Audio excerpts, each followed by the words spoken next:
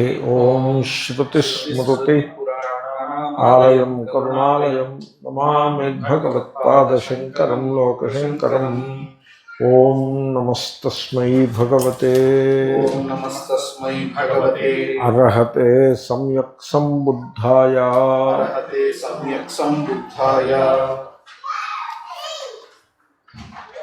న పుష్పగంధః ప్రతివాతమేతి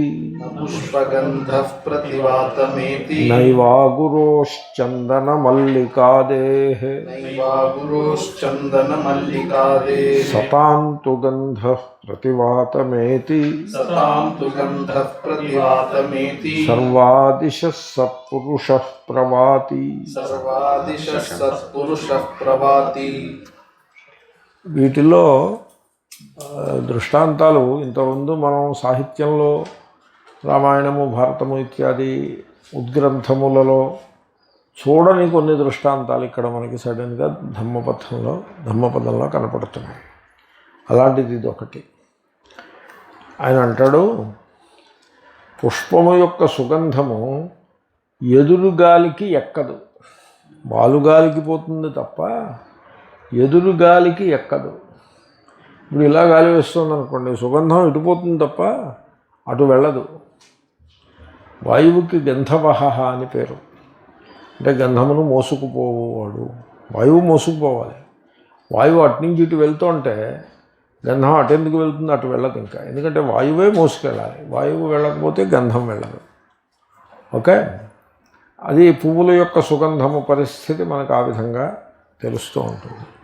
కానీ ఆయన అంటాడు, సత్పురుషుల యొక్క సుగంధము, దీనికి ఎదురుగాలికి కూడా ఇది వెళ్తుంది అని అంటాడు. Very interesting. అయితే సుగంధం అంటే ఏమిటి, సత్పురుషులు అంటే ఏమిటి? సత్పురుషుల యొక్క సుగంధము ఎదురుగాలికి కూడా ముందుకు వెళ్తుంది అనడంలో అభిప్రాయం ఏమిటి? మరి ఇవన్నీ మనం గమనించాల్సి ఉంటుంది. That is the main topic here. అసలు సత్పురుషులు అంటే ఎవరు? అది సత్పురుషులు అంటే ఎవరు? మంచివారు సత్పురుషులు అనగానే ఒక డెఫినేషన్ చెప్పారు. సత్ అంటే పరమాత్మ. సదేకమేవ సౌమ్యేనమగ్ర ఆసీత్. పరమాత్మని సత్ అని ఎందుకన్నారంటే ఉన్నది పరమాత్మ ఒక్కటి, ఇంకా రెండవది లేదు. పరమాత్మకి సత్ అని పేరు. ఉన్నది పరమాత్మ ఒక్కటే, రెండవది లేదు. కాదండి, ఇంత జగత్తు కనపడేదే కానీ ఉన్నది కాదు. భాతి సిద్ధమే కానీ అస్థి సిద్ధము కాదు. అస్థి సత్ అవి రెండు ఒకటే. అస్థి అంటే వర్తమానే లట్, అసభువి వర్తమానే లట్ అసతి. లట్టు బదులు శత్రు ప్రత్యయం కూడా రావచ్చు. వర్తమానార్థంలోనే, అర్థం మారదు. ఓకే, క్రియాయా శత్రుశానచౌ లక్షణహేత్వో క్రియాయా శత్రుశానచౌ. వర్తమానే అని అనువృత్తి వస్తుంది. వర్తమానార్థంలోనే లట్టైనా రావచ్చు, శత్రు ప్రత్యయం రావచ్చు, శానచ్ ప్రత్యయం రావచ్చు. శత్రుశానచ్యులైతే లక్షణము హేతువు. ఇక్కడ అస్సు మీద శత్రు ప్రత్యయము లక్షణార్థంలో పెడతారు.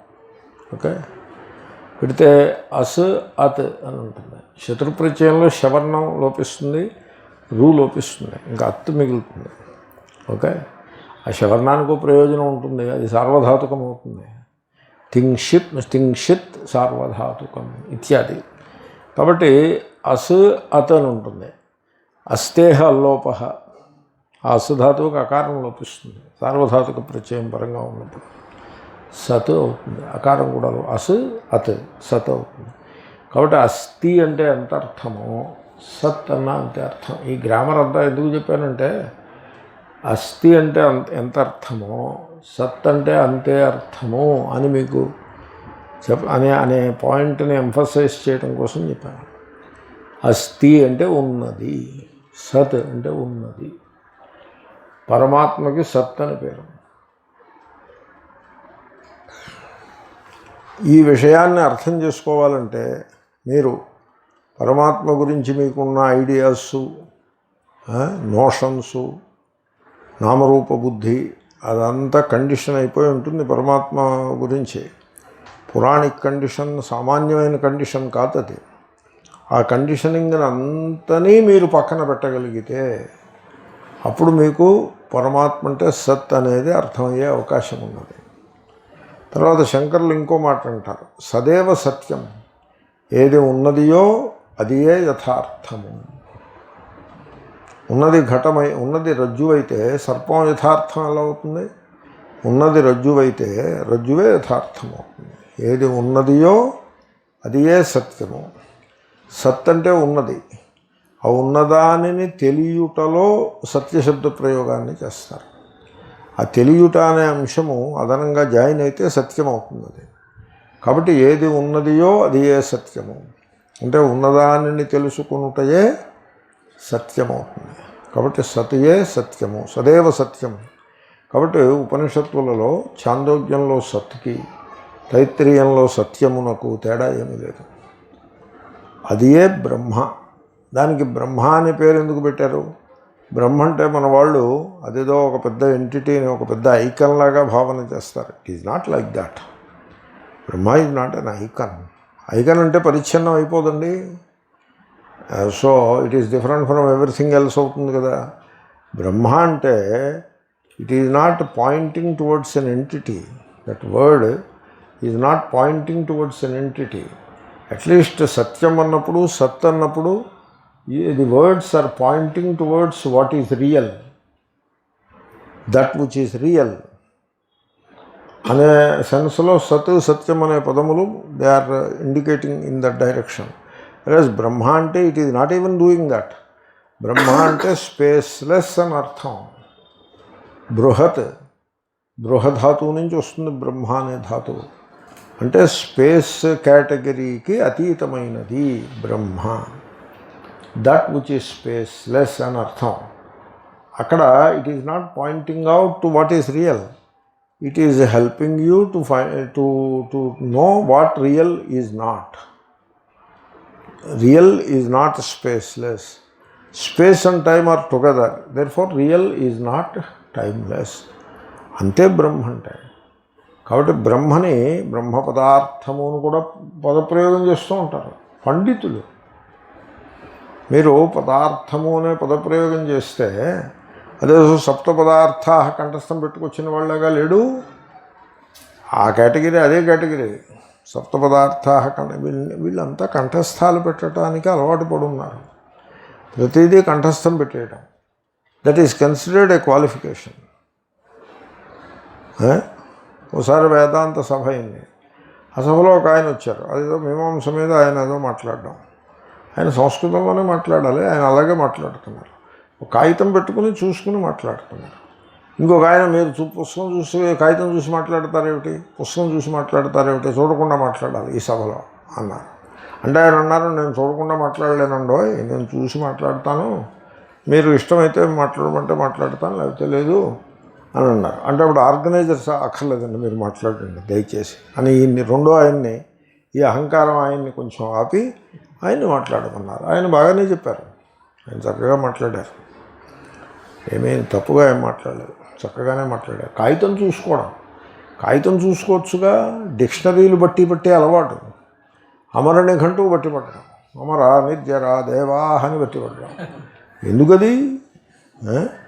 దాంట్లో ఏదైనా వర్డ్ వస్తే మీకు ఆ బట్టి పట్టిన దాంట్లో ఆ వర్డ్ గుర్తుకు రావాలి. ఇండెక్స్ పెట్టుకుంటే పని అయిపోయిందిగా. ఇది కొంత మోడర్న్ మెథడు. అప్పుడు మనం ఏం చేయొచ్చు, మన బుద్ధిశక్తిని ఇంకొక దాని మీదకి మళ్ళించవచ్చు, ఆలోచించటం అభ్యాసం చేయొచ్చు. లేకపోతే ఉన్న శక్తి అంతా కంఠస్థం చేయడం మీదే పోతుంది, వీటికంతా మేధ మీదే పోతుంది, ప్రజ్ఞ సున్నా. అలాంటి పరిస్థితిలోనే బ్రహ్మ పదార్థం అనే మాట వచ్చింది. కాబట్టి బ్రహ్మ పదార్థం అనకూడదు. సో సత్ సత్యం, అది సత్యము, అది సత్, ఉన్నది అది. సత్యానికి డెఫినేషన్ చెప్పాడు మహాత్ముడు. Truth is what is, truth is what is అనే డెఫినేషన్. సదేవ సత్యం శంకరులు చెప్పిందే వాడు ఇంగ్లీష్లో చెప్పాడు ఆ మహాత్ముడు. What is the truth. What is అంటే సత్. ఈజ్ ద ట్రూత్ అంటే సత్యం. సదేవ సత్యం. సదేవ సత్యం అని చాందోగ్య భాష్యం. తత్ సత్యం అని ఉంటుంది అక్కడ. తత్ అంటే సత్తుకి నిర్వచనము, అది పరామర్శ. తత్ అంటే సత్, తత్ సత్యం, అది ఏ సత్యము. సదేవ సత్యం. స ఆత్మ. సహ అన్నది విధేయాన్ని బట్టి తత్త కాస్త పుల్లింగం అయింది. సహ ఆత్మ తత్వమసి శ్వేతకేతు. అది సత్ అంటే ఉన్నది ఏదో అది ఏ సత్యము, అది ఏ బ్రహ్మ, అది ఏ ఆత్మ అని అర్థం. దానితోటి సంబంధం ఉన్న వాళ్ళని సత్పురుషులు అని అంటారు. సత్తుతో సంబంధం ఉండాలి. ఓకే. సత్తు పరమాత్మ. పరమాత్మతో మీరు సంబంధం పెట్టుకోవాలి. అంటే పరమాత్మ స్వరూపమును తెలియుట అంటే జ్ఞాన మార్గములో ఉండుట. పరమాత్మ ఎడల భక్తిని కలిగి ఉండుట అంటే భక్తుడై ఉండుట. అటువంటి వాళ్ళని సత్పురుషులు అంటారు. ఈ సత్పురుషుల యందు ఒక గంధము, ఆ గంధం ఏమిటో తర్వాతి శ్లోకంలో చెప్పబోతున్నారు ఆయన. ఆ గంధం ఏమిటంటే శీలము అనే గంధము ఉంటుంది. సచ్చీలము. శీలము అంటే నడవడి. ఎటువంటి నడవడి? సచ్చీలము అంటే ఏ నడవడి యందు ఆ సత్తు యొక్క పరిమళము ప్రకటమవుతుందో ఆ నడవడి. ఆ సత్తునికి ఒక పరిమళాన్ని చెప్పారు. సత్తు ఇప్పుడు ఫ్లవర్కి పరిమళం ఉంది కదా. ఫ్లవర్ అంటే ఏమిటి? ఫ్లవర్ అంటే సత్తేగా. ఫ్లవర్ ఈజ్ అంటారా, ఫ్లవర్ డజ్ అంటారా? ఈజ్ అనే ఫ్లవర్ యొక్క పరిమళం చుట్టూ వ్యాపిస్తోంది. ఫ్లవర్ ఈజ్ అప్పుడు పరిమళం వ్యాపిస్తుందా? ఫ్లవర్ డజ్ అప్పుడు పరిమళం వ్యాపిస్తుందా? ఏంటి? ఫ్లవర్ ఈజ్ పరిమళం వ్యాపిస్తుంది. దీపం వంటిది. దీపము ఉన్నది, కాంతి వ్యాపిస్తుంది. లేదా దీపం పరుగులు తీస్తుంటే కాంతి వ్యాపిస్తుంది. కాబట్టి ఫ్లవర్ దృష్టాంతం ఎందుకు ఇస్తారంటే వితౌట్ ఎనీ ఎఫర్ట్ ఇన్వాల్వ్డ్, కర్మ అనేది లేకుండా ఉండుట చేతనే ఒకటి సుసంపన్నమగుతున్నది. సాధారణంగా మన దృష్టి ఎలా ఉంటుందంటే కర్మ ద్వారా సుసంపన్నమగును. మీరు ఇల్లంతా చక్కగా అలంకారం చేశారనుకోండి, చూడడానికి శోభగా ఉంటుంది. ఈ శోభ ఎలా వచ్చింది? ప్రయత్న సాధ్యము. మనం దానికి అలవాటు పడి ఉంటాం. ఒకడు బాగా డబ్బు పోగేసి పెట్టుకున్నాడు. ఈ డబ్బు ఎక్కడి నుంచి వచ్చింది? ప్రయత్న సాధ్యము. పువ్వు చుట్టూ పరిమళాన్ని వెదజల్లినది. అది ఎలా వెదజల్లింది? ప్రయత్న సాధ్యమా? కాదు. ఫ్లవర్ యొక్క సన్నిధి యందు పరిమళం వ్యాపించింది. ఫ్లవర్ చేసి పనేమీ ఉండదు, ఉంటుందంటే. Flower is fragrance spreads, lamp is light spreads. Okay. సత్పురుష ఈజ్ ద లవ్ స్ప్రెడ్స్. అది సత్పురుషుని యొక్క శీలము. ఫ్లవర్కి సచ్చీలము అంటే ఫ్లవర్కి ఫ్రాగ్రెన్స్ ఎటులను, సత్పురుషునకు అంటే సత్తుతో సంబంధం ఉన్నవానికి ప్రేమ అటులను. మీకు బికాజ్ మీరు నా దగ్గర చాలా రోజుల నుంచి కంట్రీ క్లబ్ వింటూ ఉన్నారు కాబట్టి passing remark. Country club Vedantins ఉన్నారే, వాళ్ళు ప్రేమ అనే పదాన్ని ఇష్టపడరు. You know that. వాళ్ళకి దే డోంట్ లైక్ ప్రేమ. వాళ్ళకి అఖండాకార వృత్తి, ప్రేమ కాదు. బ్రహ్మ అంటే ఏమిటి? అఖండాకార వృత్తి బ్రహ్మ, ప్రేమ కాదు. ప్రేమ బ్రహ్మ ఏమిటి? ప్రేమ కాదు. ప్రేమ అంటే అదేదో ఆ ఇంటలెక్చువలిజంని మనం చేసినట్టుగా కంగారు పడిపోతాం. మీకు పాయింట్ అర్థమైందండి? I notice all these things.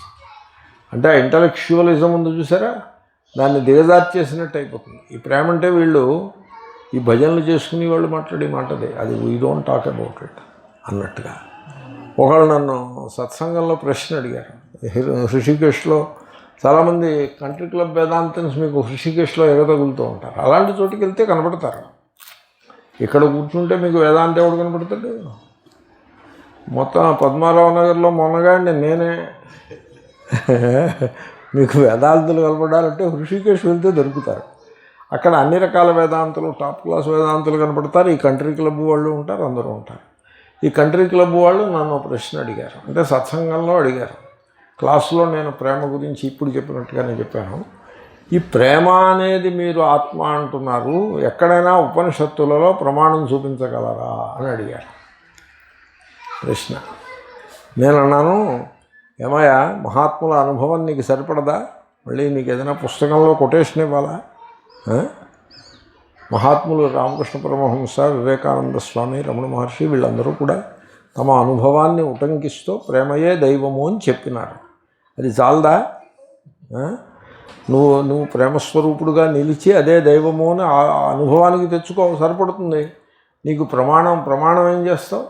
ఏదో ప్రమాణం అంటే అర్థం ఏంటో తెలిసిన కొటేషన్ అని అర్థం. నేను కొటేషన్ చెప్తే ప్రమాణం అయిపోతుంది. ప్రమాణం అంటే కొటేషన్. ఒక ఆయన నన్ను అడిగారు, ఏమో సన్యాసం తీసుకున్నాను సార్, ఏది నీవు తీసుకున్న సన్యాసానికి ఏది ప్రమాణం ఏదని అడిగాను. అంటే నేను అన్నాను, మీ అభిప్రాయం నాకు అర్థం కాలేదని అన్నాను. అంటే ఆయన అభిప్రాయాన్ని ఇట్లా చెప్పారు, వచనాన్ నివృత్తి వచనాత్ ప్రవృత్తి ఉంటుంది కదా. కాబట్టి నువ్వు ఏ వచనం మీద నువ్వు తీసుకున్నావు అంటే నాకు అన్ని వివరాలు తెలియదండి, అంత పెద్ద ప్రమాణవేత్తని కాదు నేను, ఏదో సంసారం నాకు హజం అవ్వలేదు, ఏదో ఈ గుడ్డలు కట్టుకుని బతుకుతున్నాను అని చెప్పాను నేను. ఆయన ఇంక ఊరుకున్నాడు, ఏం మాట్లాడతాడు. కాబట్టి ప్రమాణం ఏమిటని అడిగాడు. నీకు ప్రమాణం కావాలరా నాన్న? ఏం పోనీ మహాత్ముల వచనం ప్రమాణం కదా, సరే నీకు ఉపనిషత్ ప్రమాణమే నీకు కావాలన్నావు కాబట్టి చెప్తున్నా, కాసుకో. రసో వైసహ రసగహ్యేవాయం లబ్ధ్వానందీ భవతి, అది ప్రమాణం. రస అంటే ప్రేమ. రస అంటే ఏమిటనుకుంటున్నావు? నిమ్మకాయ రసం అనుకున్నావా? రసం అంటే ప్రేమ, అది ప్రమాణం. ఓకే. లేదా యో మద్భక్త సమే ప్రియ. ప్రియ అంటే ప్రేమ అండి. ఈ ప్రేమ అనే మాట అది ప్రీ అనే ధాతువు నుంచి పోతుంది, ప్రీ మిగులుతుంది. ప్రీణాతి స్నా అనే ప్రత్యయం. ఓకే, ఆ ధాతువు నుంచే ప్రేమ వస్తుంది, దాని నుంచే వస్తుంది. అదేదో ప్రత్యయం వచ్చి ప్రేమ నిష్ఠన్ ప్రత్యయమో, నిష్ఠన్ అనే అర్థంలో వరిష్టమైనది అనే అర్థంలో అదేదో ప్రత్యయం వచ్చి ప్రేమ అవుతుంది. ప్రేమ పుల్లింగం ఉంటుంది, ప్రేమ ప్రేమిని, ప్రేమణి ప్రేమాణి అని. కాబట్టి ప్రియ అంటే ప్రేమే అది. తర్వాత ఆత్మనఃకామాయ సర్వం ప్రియం భవతి, అక్కడ అది కూడా ప్రేమే. కాబట్టి ప్రేమ అనేది అదొక అవేదాంతిక్, నాన్ వేదాంతిక్ టర్మ్ అనేమో అనుకోకమ్మా, ప్రేమ. కాబట్టి సత్, ఇదంతా ఎందుకు చెప్పానంటే ఫ్లవర్కి ఫ్రాగ్రెన్స్ ఎలాగో సత్తుకి ప్రేమ అట్లా పరమ ప్రేమ రూపాయ సాహి పరమ ప్రేమ రూప భక్తికి. కాబట్టి ఆ ప్రేమ సత్తుకి ఫ్లవర్కి ఫ్రాగ్రెన్స్ ఎటులను, సత్తుకి ప్రేమ అటులో. అంటే ఆనందం అంటే ప్రేమే రావేవాడ. ఆనందం అంటే ప్రేమ, ఆనందం ఈజ్ ప్రేమ. ఒక అతను అన్నాడు నాతోటి, ఆనంద అండ్ అనంత ఆర్ ఐడెంటికల్ అన్నాడు. నేను నందే అన్నాడు ఐడెంటికల్ అని చెప్పాను. అవి ఐడెంటికలా? నందధాతువు నుంచి ఆనంద, అది నది ధాతువు, నది.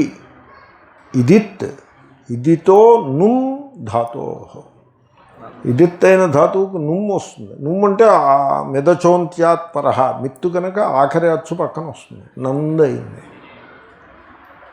నది అంటే ప్రేమ అని అర్థం. కాబట్టి అనంతలో ఏముంది? అంతము లేనిది దాని అర్థం. ఇది ప్రేమ, అనురాగము, ప్రేమ అనే అర్థం. దీన్ని రెండు ఐడెంటిటీలు అవుతాయి కాదు, రెండు ఒకే ఆత్మని చెప్తున్నాయి. Good, that is the way. ఒకే ఆత్మని చెప్తున్నాయి అన్నది వరకు బాగానే ఉంది. కానీ ఐడెంటిటీ ఈ రకంగా ఇలాంటి ఫ్యాక్ట్స్ పెట్టుకుని వెరీ అన్ఫార్చునేట్ పోలండి. కాబట్టి ఆ సత్ యొక్క ధర్మము, సత్ యొక్క స్వరూపము ప్రేమ. అంచేతన సత్పురుషులు అంటే ఎవరు? ప్రేమస్వరూపులుగా ఎవరు ఉంటారో వారే సత్పురుషులు. ఆ సత్పురుషుల యొక్క సుగంధము ఏమిటో తెలుసిన సుగంధము యూనిటీ, స్పిరిచువల్ యూనిటీ. ఆ spiritual unity with all. True religion అని ఒకటి ఉన్నది, యథార్థమైన ధర్మము, ట్రూ ధర్మ. దాని యొక్క లక్షణం ఏమిటంటే స్పిరిచువల్ యూనిటీ విత్ ఆల్. ఆ అన్నింటి యందు స్పిరిచువల్ యూనిటీని దర్శించేవారు సత్పురుషులు. సత్పురుషులు. తర్వాత ఇంకో అందమైన పాయింట్ ఒకటి ఉంది. ఎవళ్ళని సంస్కృతంలో ఎవళ్ళు సత్పురుష అనబడతారో వాళ్ళనే హిందీలో సంతులు అని అంటారు. ఆ నకారం వచ్చింది. అంటే సంతౌ సంత పుల్లింగంలో ఆ సంత బహువచనంలో ఉండే నకారం అంతటా ఉందిగా నకారం. సత్కి సంతౌ సంత అని ఉపధానకారం అనేది అంటారు. ఆ నకారం మిగిలిపోయింది హిందీలోకి వెళ్ళేప్పటికి. సంత్ లోగ్ అని అంటారు సత్పురుషులు. ఆ సంత్ అన్న హిందీలో సత్ అన్న అర్థం ఒకటే. అది వారు ఎవరు అంటే ప్రేమస్వరూపులు. వాట్ ఈజ్ ప్రేమ? వాట్ ఈజ్ ప్రేమ? మనం ఉదయం చూసాం. నేను ఒక జీవుణ్ణి, అతడు ఒక జీవుడు.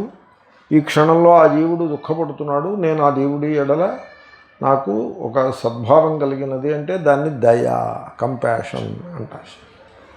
నేను జీవుణ్ణి కాదు, నేను ఇంపర్సనల్ అవేర్నెస్, పర్సనాలిటీ లేని అవేర్నెస్, మీ మైండ్ లేని అవేర్నెస్, దాన్ని సత్ అంటారు.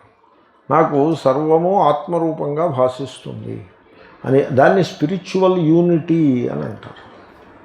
Spiritual unity.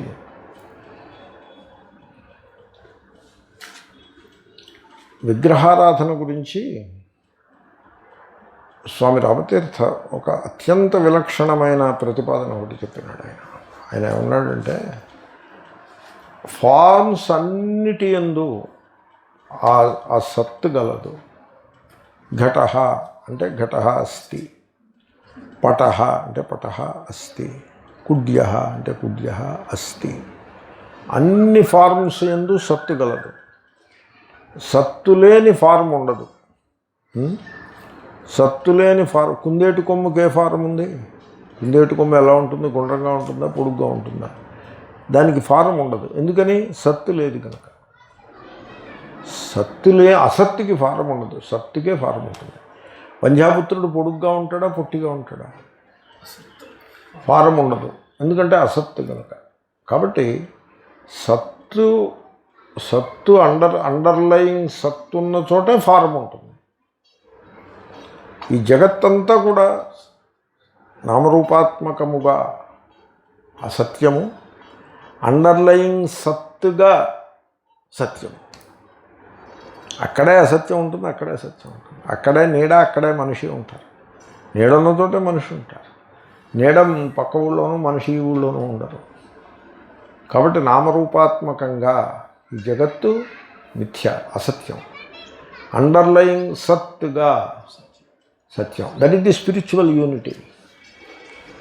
Spiritual unity. ఆ సత్తే నేను, అహం బ్రహ్మాస్మి. That is the spiritual unity. ఇప్పుడు విగ్రహారాధన ఎక్కడ మొదలవుతుంది? ఒక ఫారంతో మొదలవుతుంది. ఆ ఒక ఫారంలో అంటే ఒక రూపములో, ఆ రూపము జడము, నామరూపాలు మిథ్య. సో జడము మిథ్యాభూతము అయిన ఒక రూపమునందు సత్తుని దర్శించటం వీడు ఆరంభిస్తాడు. ఒక రూపము. ఓకే, అది విగ్రహారాధన.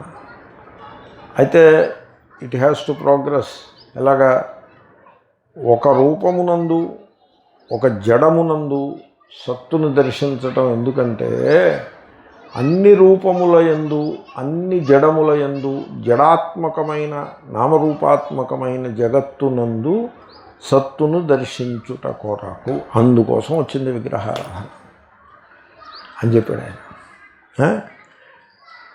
పోనీ మరి మేము అలా చేయలేకపోవచ్చండి, మేము ఇంక ఈ విగ్రహాన్ని పట్టుకుని దీన్ని ఒక్కదాన్నే పూజించుకుంటాము, ఇంకా మిగతా రూపములను మేము పూజించము, ఈ ఒక్క రూపాన్ని పూజిస్తాము, ఈ సత్తు ఈ వివరాలని మాకు తెలియవు, ఈ ఒక్క విగ్రహాన్నే పూజిస్తాము. దాన్ని ప్రతీక ఉపాసన అంటారు. అలా చేస్తే దానివల్ల ఏమైనా ఉపయోగం ఉంటుందా అని అడిగితే ఆయన అన్నాడు, అలాంటప్పుడు ఆ విగ్రహారాధన వేస్ట్ అని చెప్పాడు. ఇదంతా ఎందుకు చెప్పానంటే, ఎవళ్ళైతే ఆ స్పిరిచువల్ యూనిటీని రియలైజ్ చేశారో వాళ్ళు సత్పురుషులు. వాళ్ళ యొక్క శీలము ప్రేమ, అది సచ్చీలం. ఆ సచ్చీలము అయిన ప్రేమ అది పుష్పగంధముతోటి దానికి పోలిక. పుష్పగంధము గాలికి ఎదురు వెళ్ళలేదు, కానీ ఈ సచ్చీలము అన్ని దిక్కుల యందు సమానముగా ప్రసరిస్తుంది. శత్రువుల ఎడల కూడా, ఎదురుగాలంటే అదే కదా, ఆపోజిట్ పార్టీ వాడు కూడా ఆ సచ్చీలానికి తల ఒగ్గుతాడు. సత్పురుషులను ఎవ్వళ్ళు ఏమీ చేయరు. సత్పురుషులు దుష్టులను శత్రువులను కూడా ప్రభావితం చేసేటువంటి మహిమను కలిగి ఉంటారు. మీరు అది ఈ మహాపురుషుల జీవితాల్లో చూడవచ్చును. హిస్టారిక్గా చెప్పాలంటే భగవాన్ బుద్ధుని యొక్క సచ్చీలం ముందు అంగుళిమాలుడు తన హింసా ప్రవృత్తిని పూర్తిగా విడనాడి తాను అపహరించిన సొత్తులనన్నిటినీ, ఎవరి సొత్తులను వాళ్ళకి అప్పచెప్పేసి, వాళ్ళు రాళ్ళు పెట్టి కొడితే ఆ దెబ్బలన్నీ తినేసి శ్రమణుడుగా మారి బుద్ధుని యొక్క శిష్యులలో ఒకడుగా శేష జీవితాన్ని గడిపేసి అతను పరమపదించినాడు. అది సచ్చీలము యొక్క ప్రభావం. ఏమండి, మీరు మోడర్న్ టైమ్స్లో చెప్పాలంటే జయప్రకాష్ నారాయణ గారు పొలిటీషియన్ అని మీరు అనుకోవద్దు. నేను పొలిటీషియన్ దృష్టితో నేను ఆయన్ని చూడలేదు. ఈజే సంత్ ఆద్మీ అనే దృష్టితో చూస్తున్నాను. జయప్రకాష్ నారాయణ గారు చంబల్ వ్యాలీకి వెళ్ళిపోయేవాడంతే.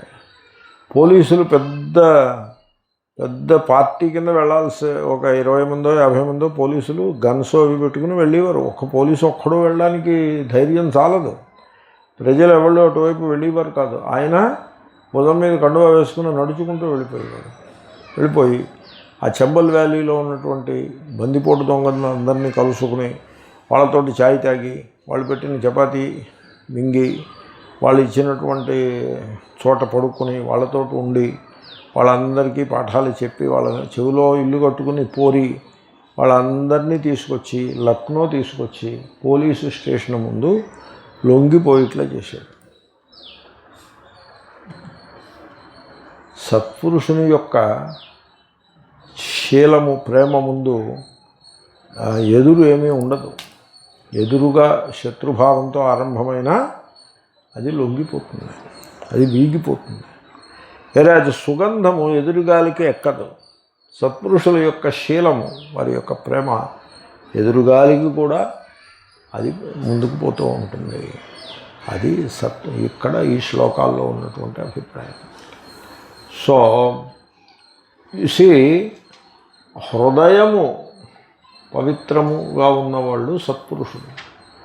ఎవరైతే ఆ అన్నిటి యందు, అన్ని ప్రాణుల యందు, అన్నిటి యందు ఉన్న ఆ సత్తును, అద్వయ సత్తును సాక్షాత్కరించుకుంటారో వాళ్ళే సత్పురుషులు.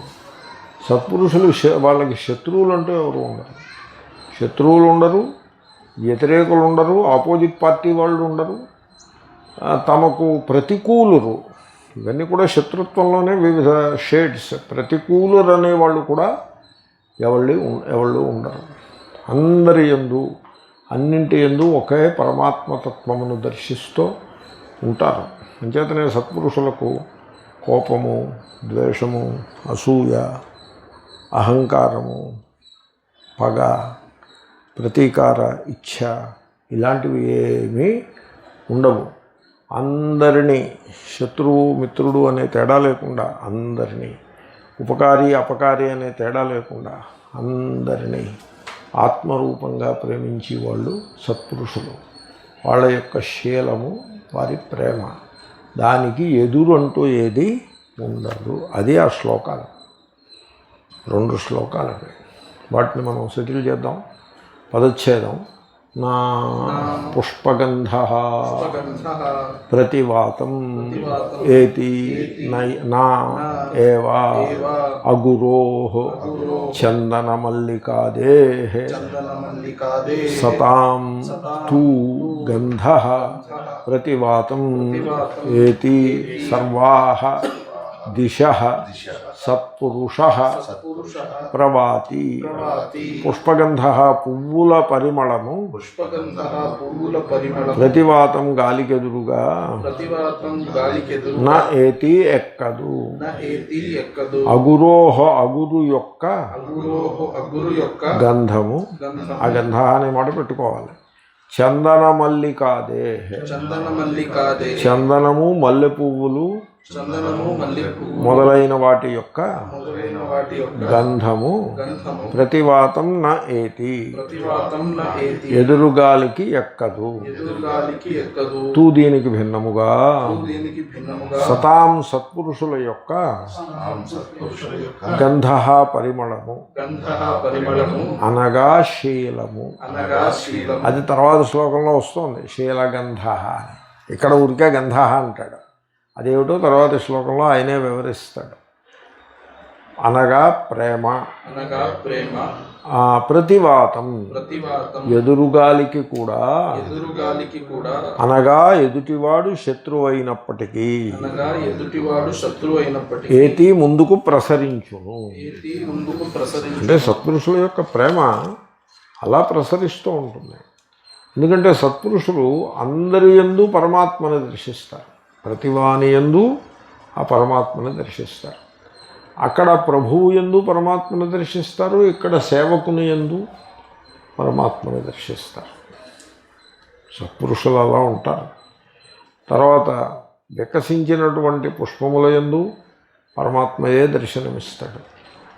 కుహూరావములు చేసే కోకిల ధ్వనుల యందు పరమాత్మయే దర్శనమిస్తాడు. సింహాసనముపై విరాజిల్లే ప్రభువునందు పరమాత్మయే దర్శనమిస్తాడు. రోడ్ల మీద ముష్టి ఎత్తుకునేటువంటి బిచ్చగాని యందు కూడా అదే పరమాత్మ దర్శనమిస్తాడు. కాబట్టి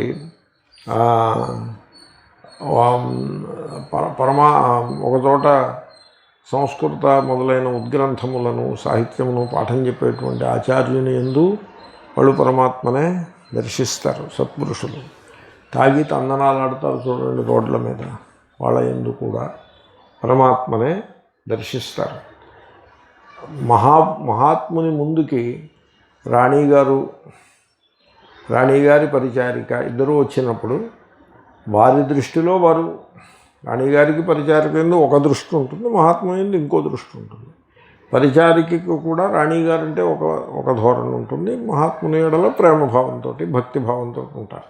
కానీ మహాత్ముడు మాత్రం ఇద్దరి యందు ఒకే ధోరణిని కలిగి ఉంటాడు, ఒకే విధమైన ప్రేమను కలిగి ఉంటాడు. మహారాజు గారు ఆయన సేవకుడు వచ్చినా కూడా మహాపురుషులు సత్పురుషులు ఒకే విధమైన ప్రేమని చూపిస్తారు. అది సత్పురుషుల యొక్క శీలము, అది గంధము. ఆ గంధము శత్రువుల వైపు కూడా ప్రేమతో ప్రేమగంధము ప్రసరిస్తూనే ఉంటుంది. అది శ్లోకం. చాలా సరళంగా ఉంది కదా. న పుష్పగంధ ప్రతివాతమేతి నైవా గురుశ్చందనమల్లికాదే సతాం తు గంధ ప్రతివాతమేతి సర్వాదిశ సత్పురుష ప్రవాతి శ్రీచందనా గురోర్గంధాత్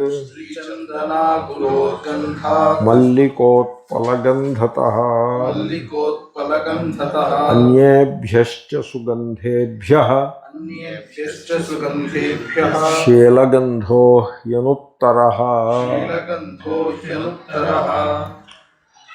చాలా బాగా చెప్పారు. ఇది సుభాషితాలనే పోలి ఉన్నది. సుభాషితములను ఉంటాయి చూడండి, భర్తృహరి సుభాషితములు, తెలుగులో ఏనుగు లక్ష్మణ కవి గారి పద్యాలు. సో ఒక వాగ్భూషణం భూషణం అంటూ ఒక పద్యం ఒకటి వస్తుంది. చూడామణి భూషణం కాదు, లోపల ఉన్న విద్యయే భూషణము. అలా ఆ రకంగా జనాలు పరిమళాలను అలదుకుంటారు, పరిమళాలని ఒంటికి పెట్టుకుంటారు. వస్త్రములకు పరిమళములను పెట్టుకుంటారు. ఈ ఫ్రాగ్రెన్సెస్ అవి కొనుక్కుని పెట్టుకుంటూ ఉంటారు. ఇది ఇస్లామిక్ కల్చర్లో చాలా ఎక్కువ. పరిమళముల యొక్క వెంటబడుట ఇస్లామిక్ కల్చర్లో ఎక్కువ. అది కొంత హిందూయిజంలో కూడా వచ్చింది. ఇస్లాంలో నుంచి వచ్చిందా లేకపోతే వీళ్ళలోనే సహజంగా ఉన్నదా? ఈ రకమైన హిస్టరీ, ఆంథ్రపాలజీ ఇవన్నీ నాకు తెలియదు. కానీ మొత్తానికి ఈ పరిమళములు అనే పిచ్చి అంతటా ఉన్నది. ఇది లౌకికులలో ఉంటే ఆశ్చర్యం లేదు. ఈ దేవుడు భక్తులు అని చెప్పుకునే వాళ్ళలో కూడా ఈ పిచ్చి ఉండుట కొంతవరకు విడ్డూరమని చెప్పక తప్పదు. దేవుడికి పరిమళాలు అవసరం. దేవుడికి పరిమళాలు ఎందుకండి? ప్రేమ అనే సుగంధాన్ని దేవుడు హర్షిస్తాడు, ఆశీర్వదిస్తాడు. కానీ దేవుడి దగ్గరికి తీసుకువెళ్ళి సెంటులు, మల్లెలు, చందనము ఇవన్నీ సమర్పిస్తే దేవుడు సంతోషిస్తాడు. అది చెప్పాను కదా, అతిథికి చేయాల్సిన మర్యాదలను అతిథికి మానేసి దేవుడికి, అక్కడి నుంచి అతిదేశం, అది అతిదేశం అయినది. అతిథికి చేయాల్సిన మర్యాదల్ని దేవుడికి చేయుట అని వచ్చింది. That is the origin of that ఉపచార షోడశోపచార పూజ. ఆ పూజని దేవుడికి చేసి అతిథులకు కూడా చేస్తే బాగుంటుంది. దేవుడికి అంటే మరి ఇలాంటి మాటలు చాలామందికి ఇష్టపడరు, చాలామందికి ఇష్టం ఉండదు. శ్రీపాద సుబ్రహ్మణ్య శాస్త్రి గారిని ఒక మహా కవి ఉండేవారు. చాలా ప్రాచీనమైన కుటుంబం నుంచి వచ్చినవారు, వైదిక కుటుంబం నుంచి వచ్చినవారు. కానీ కొంత విప్లవాత్మకమైన ధోరణి గలవారు ఆ రోజుల్లోనే. ఆ విప్లవం ఉంటే కానీ సత్యానికి దగ్గరికి రాలేరు. ఆయనలో ఆ విప్లవం ఉండేది. ఆయన ఒక కథ రాశారు. ఆ కథలో ఓ జమీందారు ఉంటాడు. జమీందారు భార్య, ఆమె దాదాపు మెత్తని మనస్సు గలది. ఆ ఊళ్ళో రామాలయం ఉంటుంది. రాముడు కళ్యాణం జమీందారు గారు చేయిస్తారు రామనవమి నాడు. కళ్యాణానికి ఆ రోజుల్లో 116 రూకలు ఆయన ఇస్తారు. అది కళ్యాణానికి ఖర్చు కింద ఇస్తారు. వాళ్ళ దగ్గర ఒక పాలేడు, ఆమెకు గిన్నెలోవి తోమి సహకారం చేసే ఒక పాలేత అంటే సర్వెంట్ మేడు ఉంటారు. వీళ్ళిద్దరూ ప్రేమించుకుంటారు. ఈ పాలేడికి ఇవన్నీ ఇంట్లో అంటే మోటు పనులన్నీ వాడు చేస్తాడు. గోతులు తీయడం ఇలాంటి మోటు పనులన్నీ వాడు చేస్తూ ఉంటాడు. అమ్మగారికి చిన్న చిన్న పనులు, గిన్నెలు తోవడం ఇటువంటి వాటిలో సహకరిస్తూ ఈ పాలేత. వీళ్ళిద్దరూ ఒకళ్ళనొకళ్ళు చూసుకుంటారు, ప్రేమించుకుంటారు. ఆ ప్రేమని అంతని కూడా చాలా మధురంగా వర్ణిస్తాడు ఆయన, మహాకవి కదా. అయితే వాళ్ళిద్దరికీ పెళ్లి చేసుకోవాలని ఒక కోరిక. ఆ రోజుల్లో ప్రేమిస్తే మరి పెళ్లి చేసుకోవాలి కదా. ఆ ఆదుర్దా వాళ్ళకు ఉంటుంది. అతను చెప్తాడు అమ్మగారి దగ్గరికి వెళ్ళి, అయ్యగారి దగ్గర చెప్పడానికి వీళ్ళకి ధైర్యం చాలదు, అమ్మగారికి చెప్తాడు. ఈ అమ్మాయి ఆ రోజుల్లో కన్యాశుల్కం ఉండేది. ఈ అమ్మాయి తండ్రి 100 రూకలు కట్నం అడిగాడు. 100 రూకలు కట్నం ఇస్తే పెళ్ళికి ఒప్పుకుంటాడు, లేకపోతే పెళ్ళికి ఒప్పుకోడు.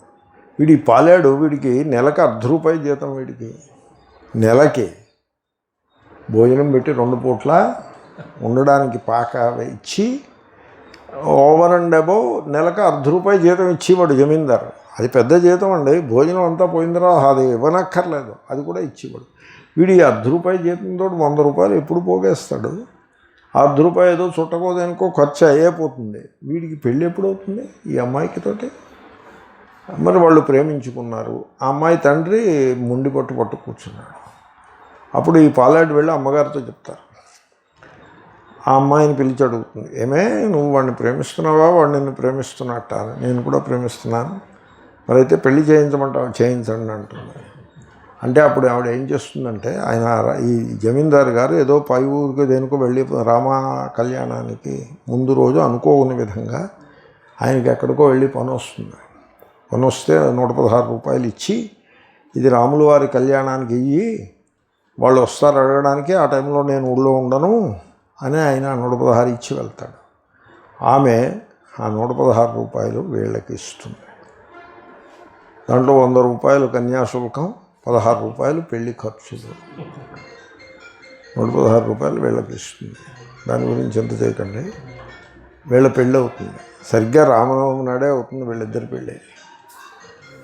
రామాలయంలో రాముల వారి పెళ్ళి ఆగిపోతుంది. ఎందుకంటే డబ్బులు లేవుగా. పురోహితులు చేయొచ్చు కదా అంటే సామగ్రి లేకుండా వాళ్ళు మాత్రం ఎందుకు చేస్తారు కదా. జమీందారు గారు 116 రూకలు ఇస్తే చేస్తారు, కానీ రూకలు లేని పెళ్ళి రాముల వారికి వాళ్ళు ఎందుకు చేస్తారు? అన్ని డబ్బులు ఇచ్చే అంత మునగాడు ఆ ఊళ్ళో ఎవడూ లేడు, ఆగిపోతుంది. జమీందారు గారు వాపసు వస్తారు, జరిగింది వింటారు, భార్య మీద కోప్పడదాం అనుకుంటారు. అప్పుడు భార్య ఉంటుంది, బొమ్మల పెళ్ళి కంటే ప్రాణం కలిగిన ఇద్దరు యువతీ యువకుల పెళ్ళి దానికి శోభ ఎక్కువయ్యా. బొమ్మల పెళ్ళికి 116 రూపాయలు ఖర్చు పెడతానంటావు, యువతీ యువకుల పెళ్ళికి ఖర్చు పెట్టలేవా? వీళ్ళు సీతారాముల్లాగా లేరా? వాళ్ళు నీకు సీతారాముల్లా కనపట్టలేదా అని అంటుంది. అది కథ. అంటే సత్పురుషుల యొక్క ప్రేమ ఎలా ఉంటుందో మీకు చెప్పాను నేను. ఆ గంధం ఎలా ఉంటుందో చెప్పాను. మీరు సెంటు కొనుక్కొచ్చి 1,00,000 రూపాయల సెంటు కొనుక్కొచ్చి దేవుడికి పోస్తారు. దేవుడికంటే ఏమిటి? దేవుడు ఏమిటి? రాతి విగ్రహం కదా. రాతి విగ్రహమునందు దేవుణ్ణి చూచుట బాగున్నది, కానీ 1,00,000 రూపాయల సెంటు తీసుకొచ్చి పూయడం అది అది దాన్ని కాదని నేను అంటలేదు. కానీ శీలగంధము మంచిదయ్యా. దేవుడు విగ్రహానికి రోజు సెంటు తీసుకొచ్చి పూసి పునుగు జువ్వాది కైంకర్యం చేసి తద్వారా దేవుణ్ణి సంతోషపెట్టాలనే ప్రయత్నం చేసే ఓ మానవుడా, సచ్చీలమనే సుగంధంతో దేవుడు ఇంకా చాలా తేలికగా సంతోషిస్తాడేమో ఆలోచించు. ఆలోచించాలంటారా అక్కర్లేదంటారా? మేము ఆలోచించము అని మీరు మొరాయిస్తే ఎవడేం చేస్తాడు దానికి? అది సంగతి ఇక్కడ. ఓకే, మీరు శీలమనే గంధంతో పరమాత్మకు పరిమళమును సమర్పిస్తారా, లేక పరమాత్మ యొక్క ఒక విగ్రహమును పెట్టి, ఒక మూర్తి రాతి విగ్రహమునో లేకపోతే చెక్కతో చేసిన విగ్రహమును పెట్టి దానికి సుగంధాలను అలది ఆ విధంగా పరమాత్మను మీరు సంతోషపెడతారా? రెండు విధాలుగాను పరమాత్మను సంతోషపెట్టవచ్చును. బట్ మీరు ఏది చేస్తారు? బుద్ధుడు దేన్ని సపోర్ట్ చేస్తాడు? రాక బుద్ధుడి దగ్గరికి వచ్చాం మనకు అర్థమైపోతూనే ఉంది. సో కాబట్టి చూడండి, మీకు రహస్యం చెప్తా. పవిత్రమైన హృదయము మాత్రమే సత్యమును కనుకొనగలుగును. ప్రేమతో నిండిన హృదయము మాత్రమే సత్య సాక్షాత్కారమును పొందగలుగును. అలా కాదండి, మీరు బుద్ధిని బాగా చమక్ పెట్టుకుంటే, బుద్ధి హృదయం కాదు, బుద్ధి ఇంటలెక్ట్, దాన్ని చమక్ పెట్టుకుంటే ఆ గురువుగారు ఆయన ఆ ప్రమాణాన్ని ఆయన చెప్తారు. ప్రమాణాన్ని అప్పుడు మీకు ఆ ప్రమాణవాక్యం విన్న వెంటనే దశమస్త్వమసి అని విన్నప్పుడు ఇవి ఇలా మొదలుపెట్టారు. దశమస్త్వమసి అని విన్న వెంటనే వాడికి అర్థమైపోయింది, వాడికి దుఃఖం వదిలిపోయింది. చక్కటి దృష్టాంతం. ఆ దృష్టాంతాన్ని దాన్ని స్పిరిట్ తీసుకోవాలి, అంతేగాని లిటరల్గా తీసుకోకూడదు.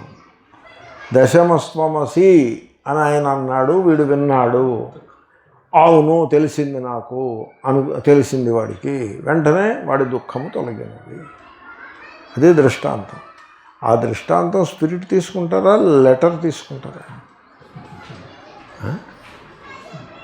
అరే దిమాగ్ ఉండాలా అక్కర్లేదా?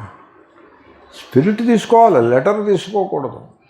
లెటర్ అంటే ఎలా ఉంటుందో తెలిసిన, ఆ పెద్ద ఆయన ప్లేస్లో గురు మహారాజుని పెట్టు. గురువుగారు గద్దె మీద కూర్చుని తత్వమసి అంటారు. ఆయన దశమస్త్వమసి అన్నట్టుగా తత్వమసి అంటారు.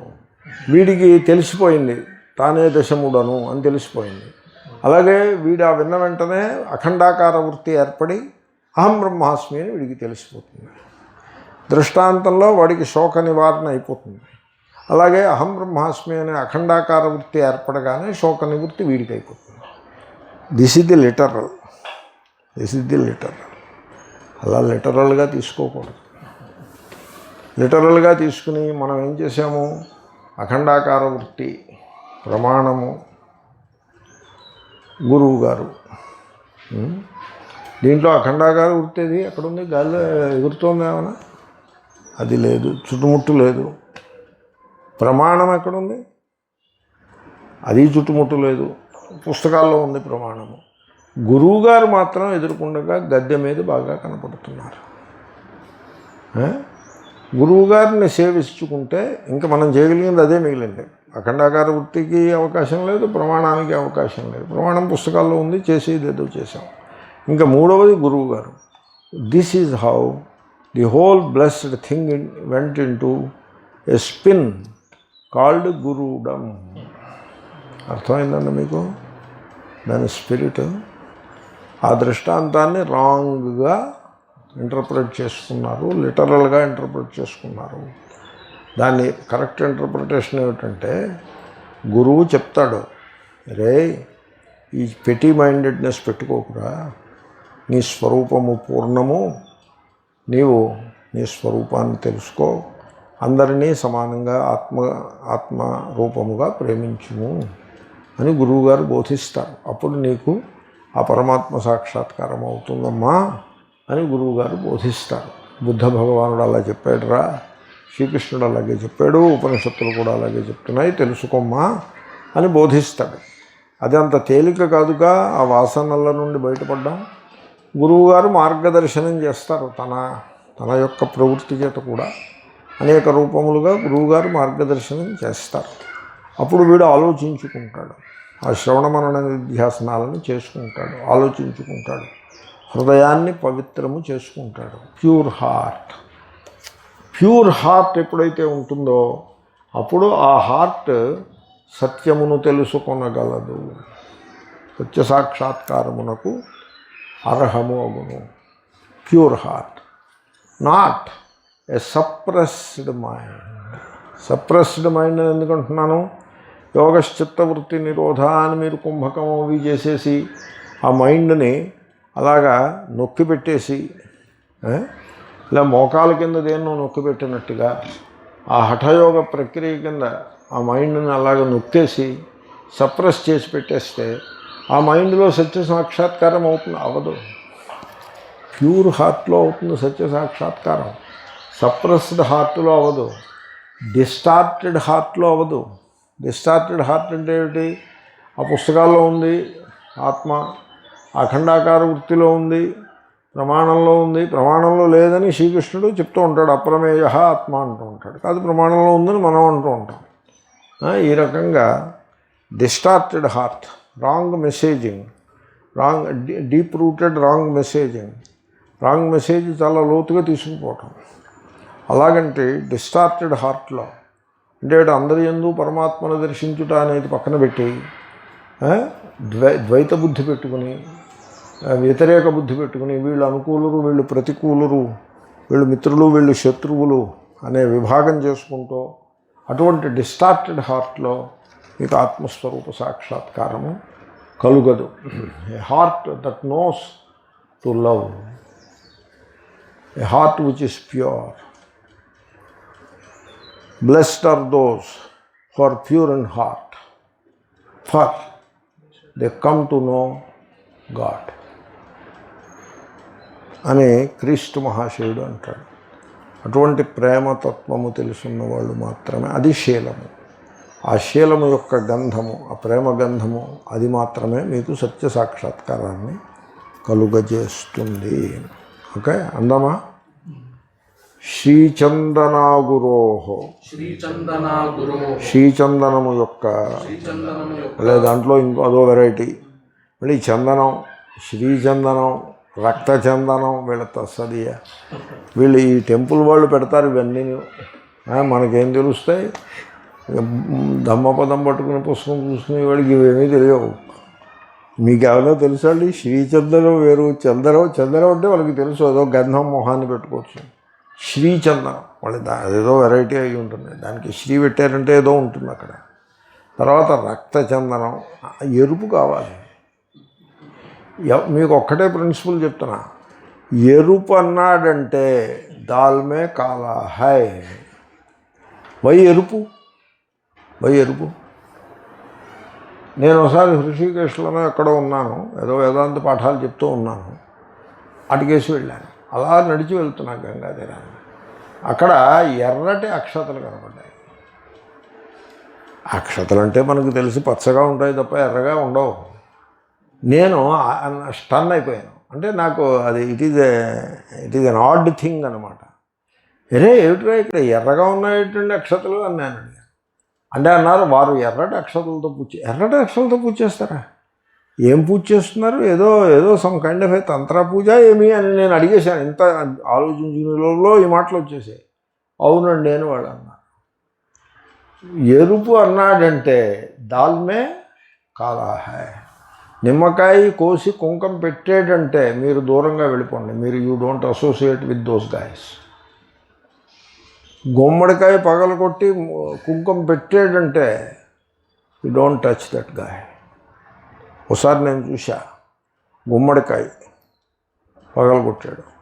గుమ్మం ముందు రోడ్డు మీద పగలగొట్టచ్చా గుమ్మడికాయ అది పరమేశ్వర ప్రసాదం వంటిది. దాన్ని జాగ్రత్తగా లోపలికి తీసుకువెళ్ళి పగలగొట్టుకుని కూర దప్పడం చేసుకుని భోజనం చేసి ఇంకొకరికి పెట్టచ్చు. అమృతం. దాన్ని పగలగొడతావు, రోడ్డు మీద పగలగొట్టాడు. పగలగొట్టి ఆ మొక్కలు అక్కడే పారేశాడు. ఆవు ఒకటి వచ్చింది, అది ఓ చిన్న మొక్క తీసుకుని నవిలింది. దానికి ఇష్టం. పెద్ద మొక్క తీసుకుందాం అనేప్పటికీ ఆ పెద్ద మొక్క నిండా కుంకుమ ఉన్నది. వీడు కుంకుమ వేసాడు, దాంట్లో ఇంత కుంకుమ పోసాడు. ఆ చిన్న మొక్కని ప్రేమగా తినేసి ఆ పెద్ద మొక్క వైపు ఆకర్షింపబడి ఆ నాలుకని ఆ పెద్ద మొక్క మీద పెట్టింది. ఆ కుంకుమ దాని నాలుకకు తగిలి వెంటనే దానికి ఇబ్బంది కలిగింది. ఆ తలకాయ అలా తిప్పేసుకుని అంత గుమ్మడికాయను అలా వదిలిపెట్టి వెళ్ళిపోయింది. నేను అనుకున్నాను, ఓరి దుష్టుడా, ఎంత పని చేసావురా. కుంకుమ పగలగొట్టినవాడు నీ దారి నువ్వు పోవచ్చు కదా, ఆవు తింటుంది, దాంట్లో కుంకుమ పోసి వెళ్ళిపోతావు. అయ్యయ్యో. You don't go anywhere near these guys. These are all distorted hearts. They can never know the truth. Truth చాలా సరళమైన, అమాయకమైన, ఇన్నోసెన్సీ ఉండాలి మీకు. అమాయకమైన చైల్డ్ లైక్ హార్ట్ ఉంటే మీకు సత్య సాక్షాత్కారం ఉంటుంది. చైల్డ్ లైక్ హార్ట్ అలా ఉండాలి. అది సత్పురుషులు అంటే అలా ఉంటారు. నేను డైగ్రెస్ అయ్యేదో చెప్పాను. శ్రీచందనము యొక్క అగురు యొక్క గంధాత్ గంధము కంటే మల్లికోత్పల గంధత, మల్లె పువ్వుల యొక్క నల్లని కలువల యొక్క పరిమళము కంటే అన్యేభ్య ఇతరములైన సుగంధేభ్యశ్చ పరిమళముల కంటే కూడా శీలగంధ, సచ్చీలమనే గంధము, ప్రేమ అనే గంధము, పవిత్ర హృదయము అనే గంధము,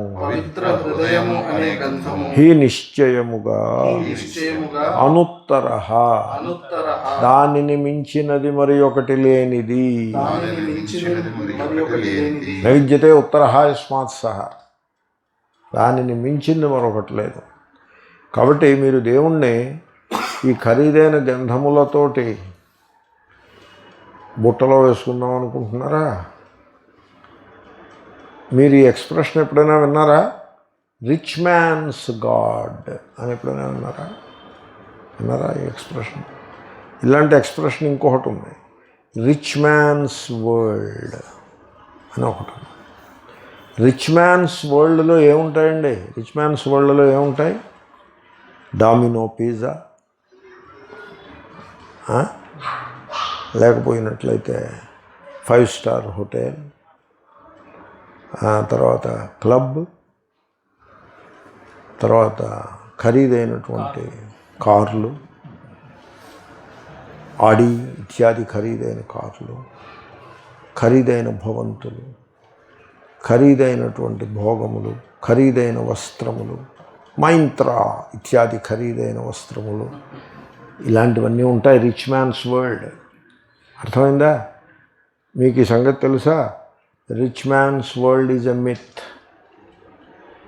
there is no truth in it, there is no joy in it, there is no happiness in it. అర్థమైపోయింది కదా రిచ్ మ్యాన్స్ వరల్డ్. ఇంకా రిచ్ మ్యాన్స్ గాడ్, ఇవన్నీ ఉన్నాయి ఎక్స్ప్రెషన్స్. ఈ ఎక్స్ప్రెషన్స్ చెప్పాలంటే, ఇలాంటి ఎక్స్ప్రెషన్స్ని బయటికి లాగి వీటిని వ్యాఖ్యానం చేయాలంటే వాడిలో కొంత రివోల్ట్ ఉండాలి. బ్లడ్లెస్ రివోల్ట్ రివోల్ట్ అంటే వీరు వరోడు అనుకునేవారు.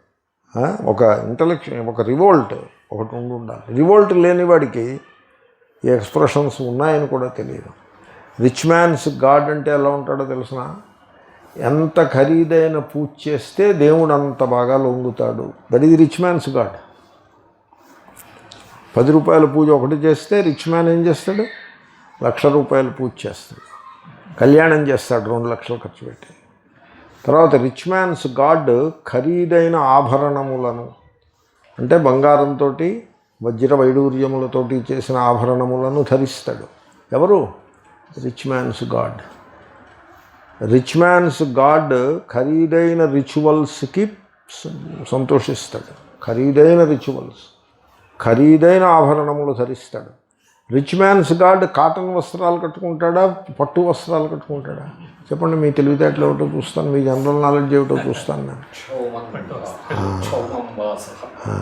ఖరీదైన వస్త్రములను కట్టుకుంటాడు రిచ్ మ్యాన్స్ గాడ్. ఓకే, మీకు అర్థమైపోయింది కదా rich man's god. Rich man's god యొక్క గురించి ఓ మాట చెప్తాను, మీరు వింటారా మరి ఓపెన్ మైండ్ తోటి? Rich man's god is not God at all.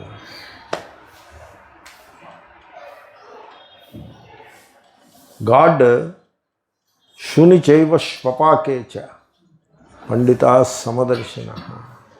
వీధి కుక్క ఎన్నున్నాడు, బిచ్చగాని ఎన్నున్నాడు గాడ్. కాబట్టి rich man's world is a myth, rich man's god is another myth. There is no truth in all this. The world is a crazy world. Don't go by the standards of the world. It's a crazy world. Pure heart, ప్రేమమయమైన హృదయము, ప్రేమతో నిండిన హృదయము భగవానుని నిలయము. కాబట్టి ఈ శ్రీచందనము, మల్లిక, ఉత్పలము, అగురు, ఇతర సుగంధ ద్రవ్యములు వీటన్నిటికీ తోటి పోలిస్తే ప్రేమ నిండిన హృదయము అమాయకమైన హృదయం, మాయలేని హృదయం. సో ఆ శీలము, సచ్చీలము కలిగినటువంటి హృదయము ఉత్తమోత్తమమైనది. శ్రీచందనాగురోర్గంధాత్ మల్లికోత్పలగంధతః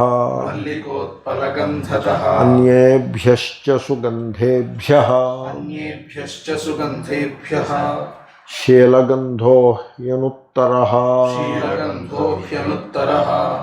కాబట్టి మనం ఆ పరమాత్మను ఆరాధించేటప్పుడు కూడా ప్రతీక ఉపాసన అనేది ఏదైతే కలదో, దట్ ఎక్స్టర్నల్ వర్షిప్ అది that is the preliminary step మాత్రమే. దాన్ని స్వామి వివేకానంద ఏమన్నాడంటే, ఈ ప్రతీకోపాసన అనేది it is a very preliminary worship అని అన్నాడు.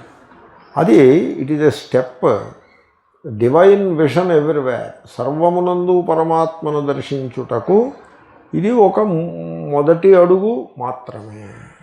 ఆ విధంగా అర్థం చేసుకుని మనము సర్వమునందు పరమాత్మను దర్శించేటువంటి శీలమును సంపాదించుకుని ఆ విధముగా మనిషి కృతార్థుడు కావాలి. ఓం పూర్ణమదః పూర్ణమిదం పూర్ణాత్ పూర్ణముదచ్యతే పూర్ణమాదాయ పూర్ణమేవావశిష్యతే. ఓం శాంతి శాంతి శాంతి.